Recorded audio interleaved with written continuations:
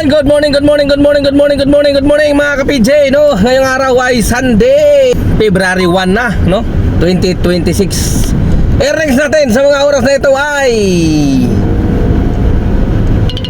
2,233 at naka 5 bookings. Alright, sana all. Tinanghali tayong bumiyahe mga ka-PJ, no? Nakabiyahe tayo, ano na, eksaktong alas 5. Tinanghali tayo ng gising eh. Dapat nakabiyahe tayo kahit malang alas 2, alas 3. Pag ganitong linggo kasi madaling araw, ang dami pa niyan umuwi galing sa gimikan eh.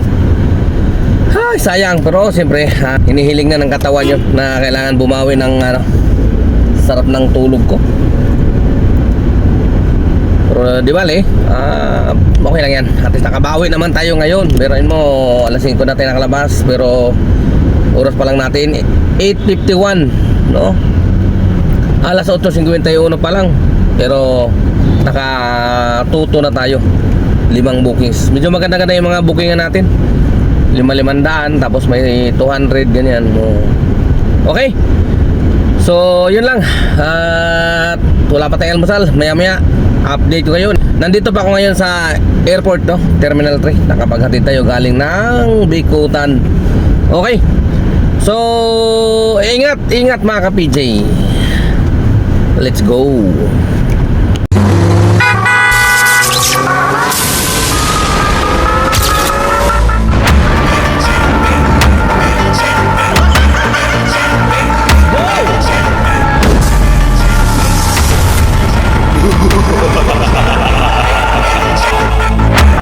So yan, update tayo mga ka-PJ. Oras natin ay alas 11:40 na. At nandito na rin tayo kila Ate Listy. Kain na muna tayo ng tanghalian na ito. Pinagsama na yung almusal sa katanghalian. Hindi ako nakapag-almusal eh. At yung earnings natin 3,372. At naka 10 bookings. Okay. So mamaya ulit mga ka-PJ, update ko kayo. Let's go. So yan guys, update tayo sa oras natin ay alas 8:55 na. At update din tayo sa ating earnings. Naka 7,065 na tayo. Then naka 22 na bookings. Nandito ako ngayon sa General Trias, Cavite.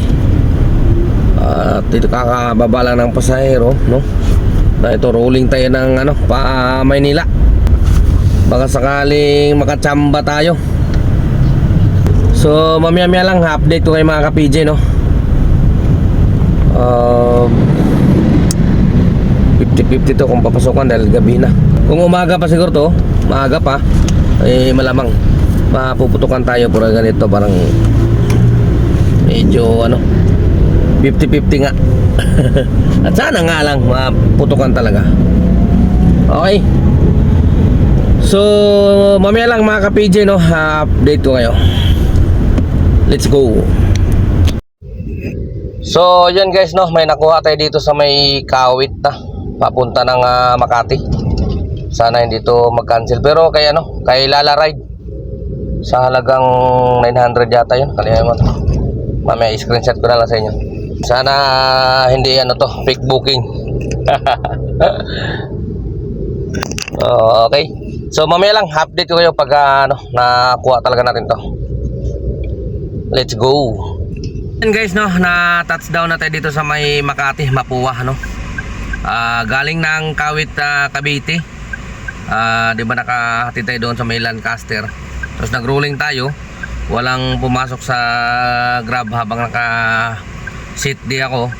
Buti na lang sinubukan kong i-online yung ating Lala Ride. Kaya minsan malaking bagay talaga minsan yung i-download natin si Lala Ride. Ay, minsan pag nasa critical na area na hirap ang booking, malaki ang chance na papasokan tayo. Tulad nito. So bali 844 yung binayaran ng pasahero. Tapos merong bigay si Lala Ride promo 100. So lahat-lahat yan ay 944 ang mapupunta sa atin, no? Tapos tollgate naman, so sila nagbayad ng tollgate. Okay, so Andito na tayo sa Makati, Pablo Campo. Siguro dito na rin siguro muna tayo na magpapahinga. Kasi may biyahe ulit tayo bukas. Okay. So yan guys, yung dagdag sa 7,000 no, 944. So halos 8,000 yung ating earnings ngayong araw, no.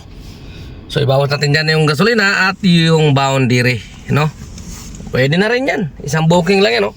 944. Wala pa naman kasing commission ngayon si Lala Ride. Extended ngayon hanggang February 15. Okay? So yun ang kagandahan kapag meron tayong ibang apps na naka-standby lang dyan. Para in case na napunta tayo sa malayo, meron tayong pwedeng buksan. Baka sakali sa kanya meron na kagad. Para hindi na tayo magtagal doon sa lugar na pinagkatiran natin, no? Di ba? Katulad doon, alanganing oras na, medyo hirap na talaga makakakuha ng booking. Mabuti na lang ay meron si Lala Ride. Thank you Lala Ride, no? Okay, so di na ako magtatagal mga ka-PJ, no? Dito na ako magpapalam. Maraming salamat sa inyong patuloy na pagsubaybay. Ka-PJ nyo, temporary signing off. Adios. Ingat.